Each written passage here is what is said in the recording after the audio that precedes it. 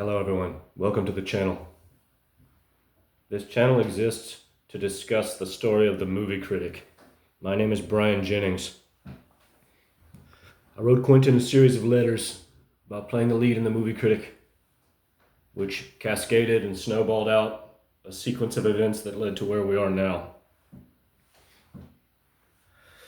I like to make a video every day, but if you recall, we've been going through this book, Spherical Models, and making all of the models. And a shrewd question now at this moment might be, what the fuck is this guy making models for in relation to the movie Critic? And we'll get to that in due time. But I'm working on the newest model now. Here's the pieces. This is gonna be a lot smaller. It'll be like, might be about as big as the newest one, which I'll show in a second. But it takes a lot of time. That represents probably 6 hours of work. Here's the newest model, the cube octahedron, which is quite nice. Smooth, continuous curve for all of the faces. Right? There's the square. There's the triangle. 6 squares, 8 triangles. The vector equilibrium. Normally I like to make videos in tandem with the videos, but they're just getting more sophisticated and they're taking more time. Here's one of the newer ones, the truncated dodecahedron. All right, that's 360 triangles, 10 decagons, there's a 10-sided polygon, and 20 triangles.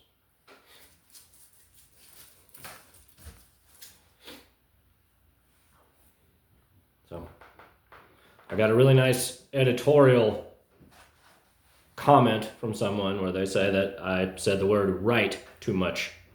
And I know that that's true. It's a flow, it's a channeling. I'm not going to edit anything, but I will strive to be more succinct in my phrasing to mitigate up-talking. Okay.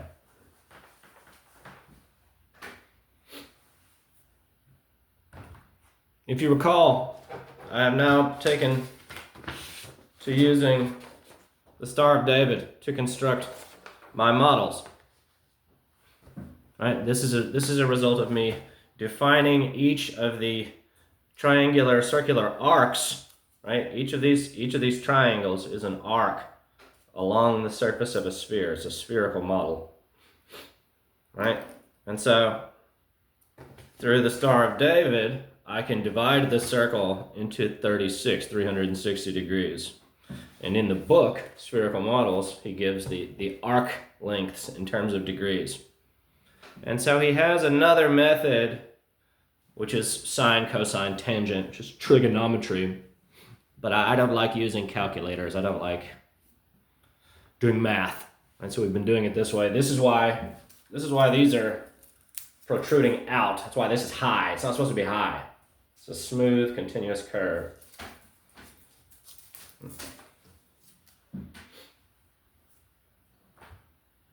So, in the summer of 2023, I go through this every time, but I have to go through it every time so that we understand. I wrote Quentin 4 letters around July the 4th, which was sent to a movie theater he owns, 1822 North Vermont Avenue, the Los Feliz 3. About playing the lead in the movie Critic. I wrote 3, and then they all came back, and then I wrote a 4th one, put it in the mail, forgot all about it, right? I suspect it sat in an office for months, and shortly after I sent the letters, the trades published that he was shooting the film at the end of September, and so I said, okay, I'm out, that's it. What can I say? Right? I didn't realize I was an actor until I'm 35.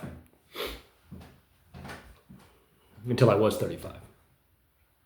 So, however, SAG was on strike in 2023, if anyone recalls. Anyone who's up to date with the industry. And that strike, right, continued. Got me. The strike continued until Thanksgiving, towards the end of November. So around December the 10th, Quentin read my letters. And then the trades published that he halted his production until early 2024. Right? And he began violating my mind. Quentin is a powerful psychic clairvoyant who remote views people and uses his mind as a weapon. And so when the Hollywood Reporter publishes articles titled "How Quentin Tarantino Bent Los Angeles to His Will to Make Once Upon a Time in Hollywood," they don't actually understand what they're saying, but they're saying it's an appropriate turn of phrase. And so I wrote Quentin because I'm a writer. That's why I wrote it. The movie Critic is a movie about a writer. Right? Damn it. So while I was acting in The Two Gentlemen of Verona, all the letters came flooding back to me. And I was writing. Because they gave me a bullshit role. Right? So I was backstage the whole time. Then, the following day, made a scene, right? God damn it. Of Hamlet, the introduction of the players, right? The arrival of the players. And I played Django Reinhardt and sent him another letter. And I said, "Oh, I feel like you're reading my letters. And it's going to be great," etc., etc. And so my hair was about this long when I mailed him the first time. And I had cut it because I'm not holding out hope that Quentin Tarantino is going to cast me. I got 4 Shakespeare credits and a dream. So, right, he's remote viewing me as much as he wants. He gets the note. He says, "Oh no!" Right, and so then, at the same time, he poisoned my mind with notions of the actors in the play that I was acting in reading my notebook, and I believe that they did do that. I do believe that's true. Because he wanted to, this is how he writes his movies, right? This is like, that's what he does, right? He watches people and then writes down what he sees.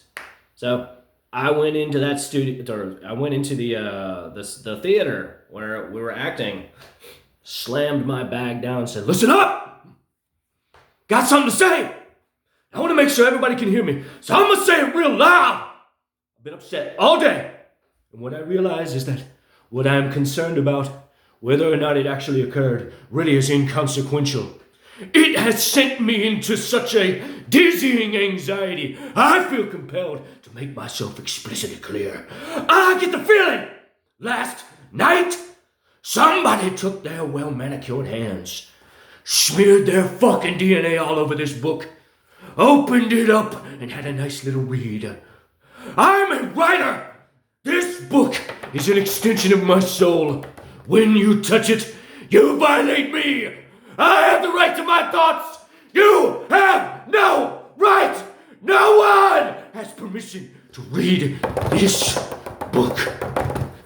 You have permission to move it. You do not have permission to read it. I owe you nothing! Threw me out. So, walking through Midtown, the chaos of Manhattan, after I called my sister, I said, "Oh, I just got, man, they just threw me out of the show." And she's like, "Oh, it's okay." She's very supportive. Right? I don't regret it. No, because that director could have said, "Calm down, it's okay." We'll figure it out. Like I can tell you're upset right now. Instead, he just threw me out because he's a candy ass. But in my mind, I was like, how do I turn it into a virtue? And so I said, I'll make it as a scene and I'll send it to Quentin. That's like, it's a movie about a writer. And so that's what I did. Wrote him another letter. And then I continued to write him, right? I didn't write 7 letters to someone. I didn't write 45 pages, 55 pages for them to say nothing to me. No. So I kept writing. So it's okay, don't worry about the hair. Like, it's fine, it grows fast. And then at the end of January, when I'd gotten back here to Alabama because I decided to go back to work, I couldn't really find a full-time job in New York. The press announced that Brad Pitt was reuniting with him and he stopped accepting my mail. Savage, right? I thought, oh, this guy. This fucking guy. So after I processed it for a week, maybe 10 days, it took some time to realize that he just thinks I'm an asshole. That's like, okay, that's like my offerings and my soul aren't worth a single fucking word. That's Quentin Tarantino. That's how he feels about his fans. And I saw his body of work in a new adulterated light. And so I said, okay, I'm going to write about it. And right when I started writing about it, I realized something. It became just like, it was all there, right? And we'll talk about that in due time. So, after about maybe 6 weeks of writing, I took my time. I wrote 7,000 words. Walked through the whole story. So this is everyone's favorite filmmaker. Like, this is what he thinks is appropriate. These are the kinds of movies that he makes. And I published it.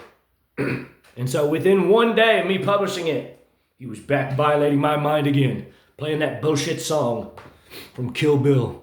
Now it's too late to say you're sorry. Said, I'm sorry. Right? Which means nothing to me. It meant nothing to me then. It means nothing to me now. Bullshit psychic protestations. Right? No, that's not real. And so, after I published the essay, I said, well, what else can I do? Right? And so I thought, the movie critic's about a writer. I should start reviewing movies in protest. I thought, oh, that's funny. That's actually funny. And so that's what I did. I reviewed 3 films in protest. Right? An American in Paris with Gene Kelly, Mr. Skeffington with Claude Rains. And the third one was Gone with the Wind. With Rhett Butler and... Isn't that his name? The guy that plays... That's his character's name. Can't remember his real name. Anyway. Handsome debonair guy. Vivian Lee and Olivia de Havilland. Anyway. I tweeted the third one directly to him. I had a Twitter. Boycott the critic. Hashtag boycott the movie critic. Right? So there it is. Feel free to read the other 2, as you and or your final film are mentioned in both of them. And he canceled that film the following day. Right? Not like it took me like I was reviewing the Great Escape. I was reviewing the next movie before I realized. Right? I was looking up an actor's name before I saw that it was announced. Right? But he canceled that film the following day. Right? On a Wednesday. I posted the review to him on Tuesday night, Wednesday in the morning. The trades published was Deadline or one of these guys that he had canceled the film. Right? So I'm sitting in my lunch break reading Hemingway, For Whom the Bell Tolls. I close my eyes. Boom! His face right there. Right? And so, by Friday, I had already started writing him a letter. Right? And so I left. I was living in New Orleans at the time, working. I left there to go buy a vehicle in Tennessee. And when I was in the airport in Nashville, or no, it was in New Orleans, I took everything down because I'm cool. Right? So, I wrote him a letter over the weekend, mailed it on Monday overnight, refused at the door. The weeks passed, he violated my mind every night, as much or as little as he wanted. He set up a screening of Jackie Brown at De Niro Con.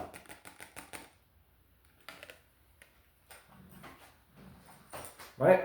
My co-workers, but really it was Quentin, like he was playing his games. They convinced me to buy a ticket.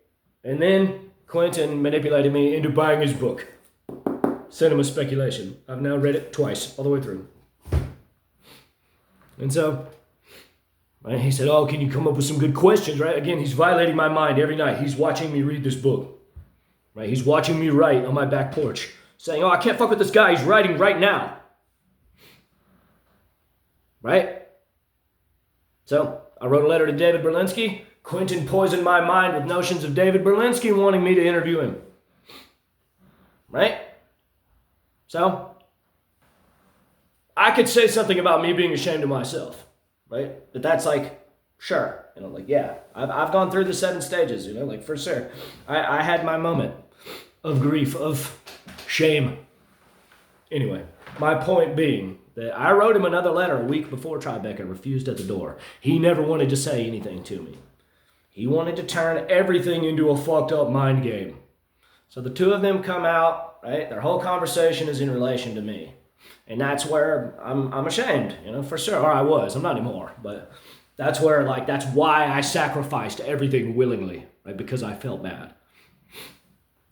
Right? But after he finished his conversation with De Niro, right, I asked him to sign my copy of Cinema Speculation. I had this letter, right? I wrote another letter, right? I pushed this. This is his autograph right there, right? All the people that say I'm insane, that's him, right? That ain't me, right? And they recorded it the same, right? There were cameramen there, right? There were people there. I shoved this book all the way up to his face. Right? And he stuck his nose up at me and turned his back on me, and so I did the same thing and left. Right? Was it petty? Yes. Was it arrogant on some level? Because I knew about the scene. I know this is all about my scene. Right? But it's my life. Right? It's my life. And the reason that we're here now is because he's not cool. Right? Because if he was cool, he would have wrote me and said, dude, you blew it. Here's $3 million for your scene. That was the moment. Right? But in my mind, when he stuck his nose up at me and turned his back on me, he said, this is my inner voice saying, you still want to play the game. Like, you still want to, okay, so you expect me to bark like a dog. That's like how you see me. You see me as a show pony. Now, in this moment. You don't want to take my letter now. You don't want to look me in the eye now. You don't want to ask me what you want now. Right? And I stand by that. It's one thing to be a psychic voyeur. Right? Right? I can forgive that. I can forgive him playing fucked up mind games with everyone around him. But in that moment, I couldn't forget that. I couldn't forget that. It seemed petty on his part. It seemed like some tedious exercise in power. And so I wrote his agent for the first time, Mike Simpson. I said, it's bullshit that we're still doing this. Right? And this is when it gets really evil. Right? This is when it really descends into palpable evil. I don't know this for sure, but I suspect the people around him said, well, it's his career. He didn't sign up to play a fucked up mind game. All I've ever done is write letters from the heart. Right? So, the weeks unfolded. I was working my job. I heard him ripping up my writing. This guy has nothing. Right? And so I wrote him again. I said, I'll build you a planter. One of my only attempts at a business model, to where I had my own business, was called polyhedral planters, where I wanted to weld something like these out of steel and put a box inside of it and hang it from a chain, and it's planters, I said, I'll build you a planter and you can have my scene for free and I'll make it right. I'll make it right. And so he, around the first weekend of August, right, him and the people around him entered into a covenant to make me appear insane. so that he could say, see, this guy's crazy. This guy's crazy. It's really sinister, really, really evil. Right? So he let me believe there was a woman, right, that like revealed herself in the psychic crucible of the mind's eye, and we'll get more into that in due time. But after they dug around in my head that whole weekend, stole all my secrets, I finally said, what do you want from me? You want me to go there and scream at the top of my lungs? And he said, yeah. Got me. And so I went to a studio. I went there first in person. And of course they didn't. They just gave me the stink eye because big shot Hollywood agency. So I went to a studio and laid the most savage magic anyone's ever put in front of that man's camera to tape. Took it back there and put the fear of God in everyone so that he could go, now see, look at this man's not well, like look at him, even though I was giving him what he wanted. Right? And then it was revealed to me that that woman, right, is in love with me and wants my baby. Right? And so a couple more weeks unfolded. I went and saw Fish at Mondegreen. And then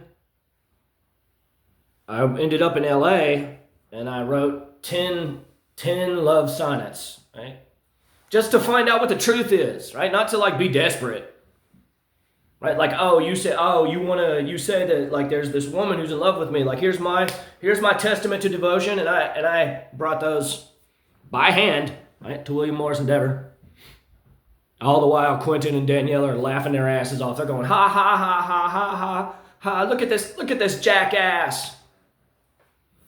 Right? He stole all my secrets and I put them all on paper and I said, there it is. And I'm like, yes, you're a powerful clairvoyant. And so, right, as the weeks continue to unfold, right, it was revealed that it's his daughter, right? It's bullshit. He doesn't have an adult daughter. Right?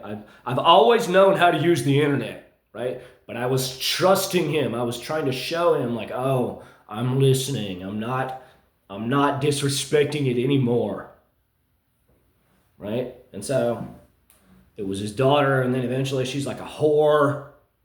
Right? Like what daughter, and I should have read between the lines, like in that way, would like admit to her father that she's a whore, that they have like a, and again, he's a weird guy, he's a weird guy, for sure. And so, inevitably, right, after suffering, the most egregious suffering that anyone can endure, which is all the subject of my novel, Building a Coven. We've read through the entire novel on this channel now. That finally I ended up back here again. And on December the 31st, I printed out her picture and started remote viewing actively for the first time. And he plagued my mind with bullshit. Right? Visions of her being a skank, being a whore, and within 2 or 3 days, she was a prostitute who gets paid nothing to debase herself. And so I could care less about that, right? Like that's like we all live our lives, right? You want to be a coke whore, that's fine, right? But me drawing the line, right, is that number one, that your father, right, raised you to be a wicked practitioner, and on top of that, you think that it's appropriate to torture me, right, in so doing, in so behaving, right? So, God damn it, I buried him in it, and within another day or two, like, he has no daughter. And so I've been trying to come clean ever since, because in that moment, in that revelation, I realized, you just want me to die. That's what's actually been occurring. Right? There's no, right? That's all that's left. Right? And since then, we've descended into real palpable black magic evil. Right? And it's obvious that he's thrown me under the bus to all my heroes. Everyone that I wrote a bunch of writers and musicians in an effort to help us reconcile. And so he just says that I'm a crazed fan, and it's really sad how he just lies to everyone. That's what he does. So now, right, as far as the black magic evil, you can look to the video, which is called A Plea to the Pope. And it has a fairly thorough rundown of his tactics, which are my tactics, which is the highest evil anyone can endure, right? And in so putting that out there, someone perhaps might ask, why would you put that on the internet? For two reasons. The first of which is that there's only a handful of mediums that can actually yield and do anything in that way. And the second reason is that if you decide to do that, then you are the most depraved, evil degenerate that can possibly exist. There is no one more evil. There's the line in the sand, and now he's crossed it. And I can do the same things too. But he's a coward. And he'll kill me. He'll murder me. I live in constant fear. Right? This is why this channel exists, right? Because it can't be this occulted thing forever. Right? If his occulted guilt, right, something like that, doth not unkennel itself, it is a damned ghost.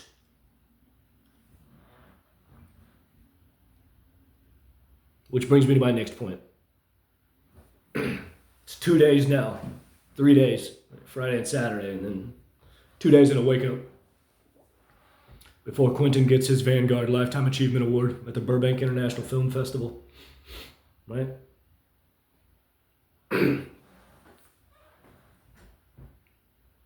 I am in palpable fear that he's going to have people torture me with a dangerous evil to try to destroy me because he's so much of an arrogant coward. He can't just accept that I don't care what he does.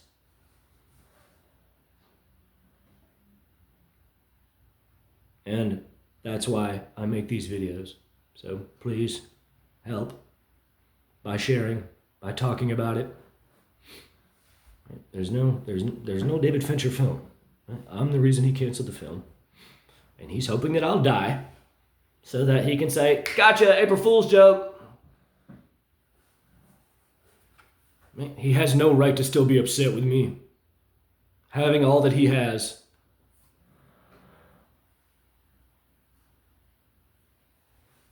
Now let's get into the science of it. If we say that life is not accidental, you can say that life is accidental. And perhaps it is. Perhaps consciousness emerged at some point out of arbitrary chaos. But a primary argument against that is the fact that the standard model tells us that within 1/100 millionth of a single second after the Big Bang, the four powers in physics emerged stable and operational. And so that's the strong and weak nuclear forces, special and general relativity, quantum mechanics, and electromagnetism. That doesn't hearken to arbitrary chaos. That hearkens to controlled, right, expressions of intention. But perhaps it emerged, right? That's the other side of it, that it's just accidental. Sure, I don't put any weight, or that has no bearing in my psyche at all. But being a good Socratic philosopher, I do accept that has a place on the shelf. But if you say that life is the unfolding of a divine plan, then obviously everything must be ordered in a particular way. So, Pribram and Bohm, physicists of the 20th century, I'm not sure if they're still alive. Perhaps they're still alive, but they have this theory. It's called the holographic model, and they say that in every cubic centimeter of space, in terms of information, is embedded with everything that can possibly be manifested in the material world. All things that have been, are, or will be. And so I allege that is a system which exists in a state of rest, which is an infinite complex nesting of polyhedra. Here's one example. Right? That's 20 tetrahedra pointing up, right? 20 pointing down. Right? Here's another example. Right? Here's another example. Here's another example, and we'll come back to that painting in due time. All within all structure, perfectly nested, so dense and immaculate in its construction that it dissolves into seeming non-existence, that it's so dense it cannot express itself physically. Diffused within that infinite phenomenon of structure. Subatomic, superatomic, right? All convocations, all stratas, simultaneous. Embedded within that, diffused within that, equally in terms of volumetric pressure, is the impetus for motion. I say the divine light of deity, but really it's the thing that moves, whatever that is. Right? And so eventually, though they both exist perpetually in a state of rest, the divine light of God, which hovers over both branches, right, which is Kether, Ein Sof, right, in the Kabbalah, and we'll come back to that, seeks to express its knowing, and in so choosing must arrive at a condition. And so that's done through motion, right? So if we say that all of manifested reality is embedded within this, and though that's not true, it's true of a kind, right? Right? Then eventually the impetus for motion exerts pressure upon this, right? So boom, comes on the top, right? Or it can come from the sides, right? And so that pressure engenders collapse, right? That as the impetus for motion squeezes and exerts a force, a pressure, right? A thought force. A thought is a force, and philosophy should be an energy, right? Albert Pike, Morals and Dogma, right? That it begins to collapse, right? That this thing, right? If this thing has embedded within it all of manifested reality, right? And it does on some level, right? Then as it's collapsing, right? Eventually it starts engendering electric resistance as friction grating against itself, space grating against itself, right? And as the collapse continues, right, eventually the electric resistance becomes too great and erupts into incandescence as matter. First as light, chemical elements, atmospheric strata, right, mycelial mats, all the way up to mineral, vegetable, animal, man. So the unfolding of the divine plan ends at man, because man is the only venerating creature that can offer a sincere moment, a sincere gesture of veneration back upon its divine progenitor. So at the highest levels of that is the artist, the singer, the musician, the painter, the writer, etc., etc., etc. The architect, the good doctor, right? And so the artist behaves in a similar fashion, where they seek to express some facet of their knowing, and they do that through concentrating, right? So the divine light of God does it by the specific dihedral, the pitch of refraction with which it imposes pressure upon the structural manifold, right? So if it squeezes it from here, right, that's going to engender one thing, right? And if it squeezes it from the top, that's going to engender another thing. If it squeezes it, you get what I'm saying, right? So the point that I'm making, right, is that only God alone knows all. That if you close this in a sphere and cast a circle around it, it's called a great circle. All 360 degrees are potential vectors of pressure which impinge, right, a novel phenomenon upon the structural scaffold, which engenders a novel phenomenon which is a material shadow of its spiritual idealized form, right? And so the artist does the same thing, right? There's an infinite complex of great circles that can surround and enclose this thing. Therefore, this is the dignity of God's omniscience, right? That only the Almighty, Yodevohe, right, can engender pure, material manifestation out of seeming nothingness. And an artist, in his rhapsody, in his genius, as William Faulkner would say, is doing a very similar thing. They're seeking to express a facet of their knowing. And so they concentrate, right? And they're exerting a pressure which engenders a novel neuronal condition in their mind, which compels them to take a pen in their hand or a paintbrush, right? Or a scalpel for a surgeon.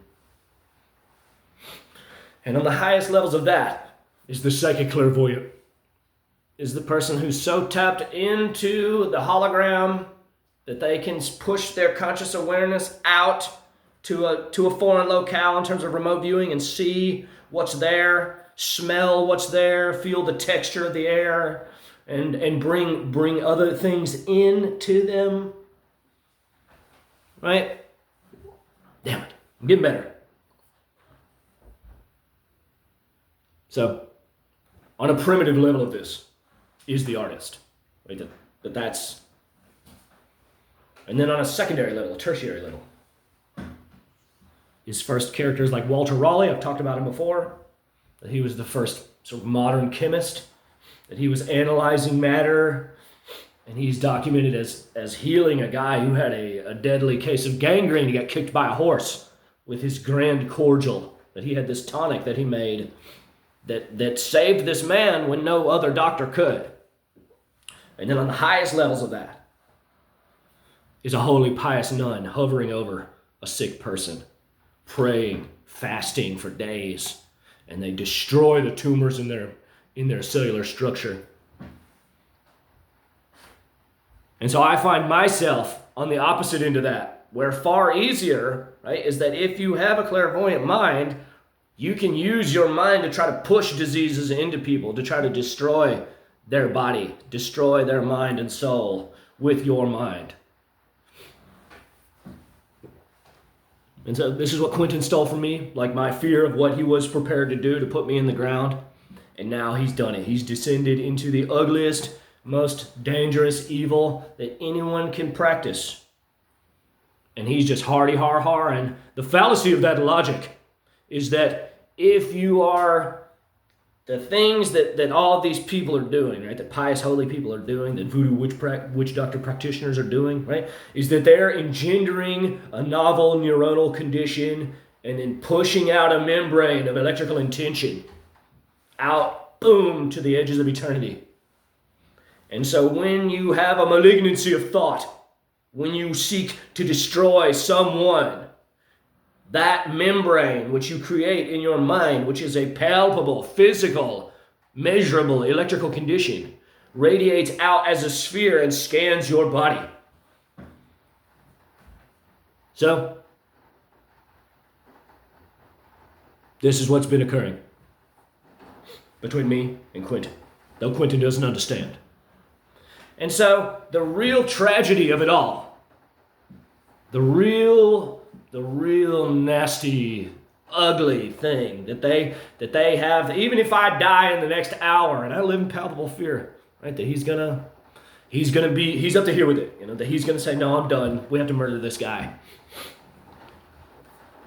But the real tragedy is that he doesn't have an adult daughter, right? That his daughter is a little girl, right? That she's a sweet little innocent girl who's like 3 years old. And so when you create this condition in your mind, right, that's a measurable, physical, palpable electrical condition, and you push that out and say, yeah, my daughter's a bitch. Yeah, my daughter's a whore. My daughter makes porno movies with my private jet. Right? That when he pushes that out, right, his little girl takes all of it. She's like, she's done. Like it's her psyche is gonna be a wreck. That he's wreaked havoc on her psyche as a result of his arrogance. That he thinks that it's a joke. He thinks that it's a game. And now, for the rest of their lives, no matter what they do, if anything occurs where she starts making bad decisions, they have no choice but to reckon with the fact that it's likely their fault by playing fucked up mind games with their innocent little girl. It's raining outside and I have dogs, so I'm not going to go on and on. But that's scientifically, like, that's what's occurring, right? And so, right, how do I combat myself? How do I protect myself without descending into, right, the real nasty evil where he can justify assassinating me, right? Of course, it's by being wiser than him. And I tried to recite his son's name while I was working to try to pay for the lawsuit. He wants me to sue him, right? If that tells you anything, it's about my scene. But he didn't seem to care about that. And what I mean by that is that if he's thinking about his children, right, while he's using hypodermic needles and clay fetishes, right, then he poisons his kids thereby. That's my point. And he doesn't care about that. He's so evil that it's just like a joke to him. But I combat it by being wiser than him. And so the first thing that comes to mind is finding books on MRI's imaging, right? And just figuring out as best as I can. Right? I don't want him to die, but he wants me to die. That's the point. So, right? It's awful. It's so ugly. But I'm going to take a minute to talk about the Kabbalah just for a second. If you read the Sefer Yetzirah, which wasn't translated to English until 1987, the year I was born, it says constantly, it says 10 Sephirah out of nothing, 22 foundational letters, the 32 paths of wisdom. And so, what does that mean? Like, what does he mean by that? 10 Sephirot out of nothing. If you take a circle and you divide it in half, and then you make a little circle in the one half, and then another little circle in the other half, they're each one half the area. And then you can do the same thing and put 4, whereas there's 2 in that little one, and then 2 in that little one. And so, if you have the 2, then you can't have anything else inside of it. They're too big. You can't put, right? But if you have the 4, you can have 3 on the top and 3 on the bottom. And you end up with this. Right?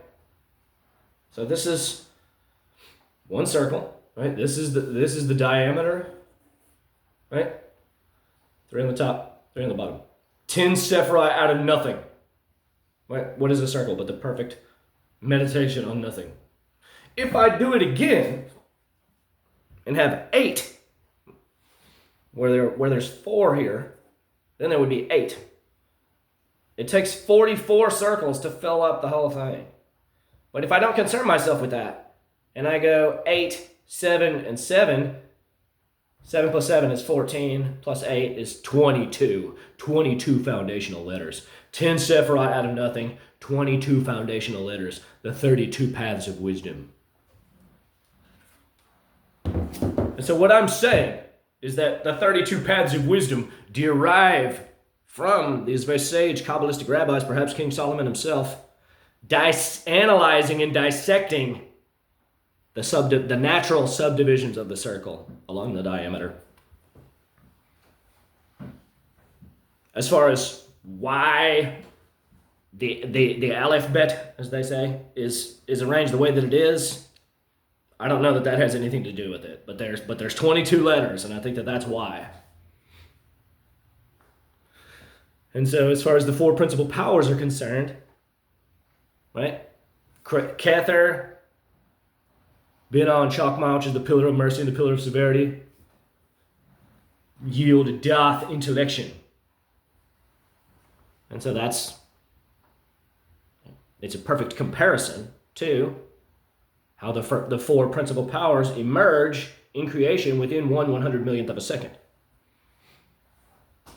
That Kether is the radiating, emanating force, and then Binah and Chokmah bind through intellection. Wisdom and understanding combine through intellection. These are speculations on my part.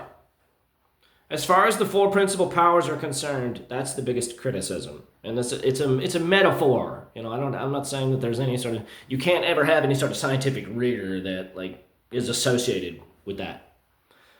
But regarding this, that's flawless logic. That's 10 Sephiroth out of nothing. This is, what is that? That's the Kabbalistic tree of life. 10 Sephiroth out of nothing. This is what's known as the Gra arrangement. This is the first arrangement. The Athanasius-Kircher arrangement, which is an octahedron and a tetrahedron, is a profanation. Right? That it was profaned, that this was brought down. So that the true form